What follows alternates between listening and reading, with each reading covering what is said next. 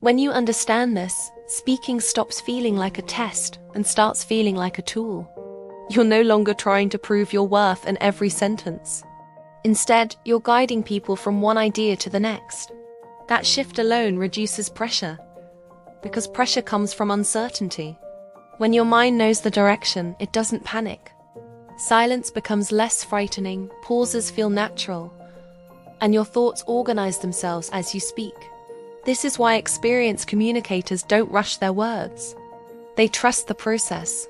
They know that clarity is more important than speed, and connection is more important than perfection. Another thing most people don't realize is that nervousness is not the enemy. Nervous energy is simply unused focus. Your body prepares you to speak because it cares about the outcome. Instead of fighting that energy, effective speakers redirect it. They ground themselves in their message, slow their breathing, and let the adrenaline sharpen their awareness instead of scattering it. Confidence is not the absence of nerves. It's the ability to speak clearly in spite of them. The goal is not to eliminate fear, but to make fear irrelevant. Good communication also depends on listening.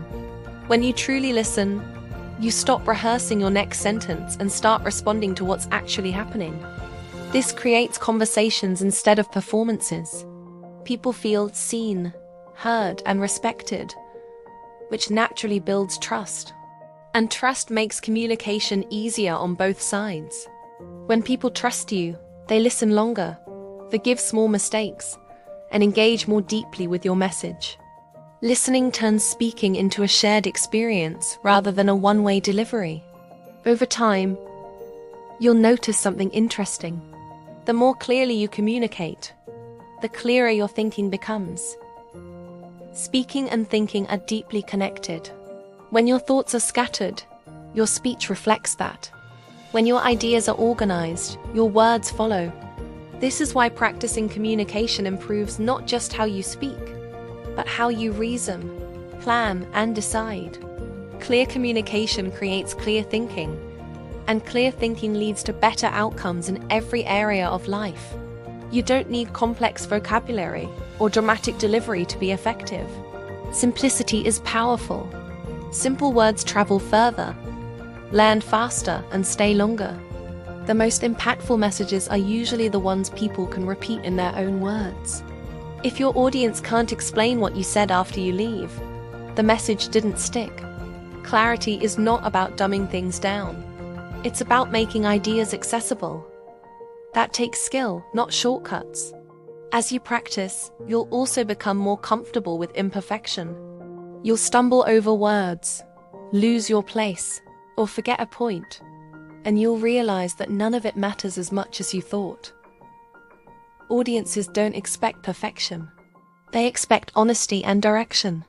When you recover calmly and continue, you signal confidence.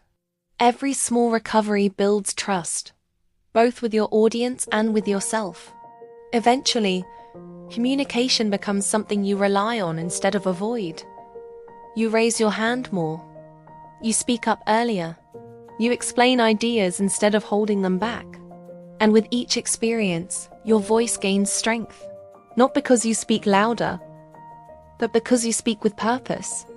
Communication becomes less about fear and more about influence. When you commit to improving how you communicate, you're not just improving a skill. You're expanding your ability to be understood, to lead, and to make an impact. Words shape decisions, relationships, and opportunities. Learning to use them well is one of the most valuable investments you can make. And the best part is, every conversation is practice.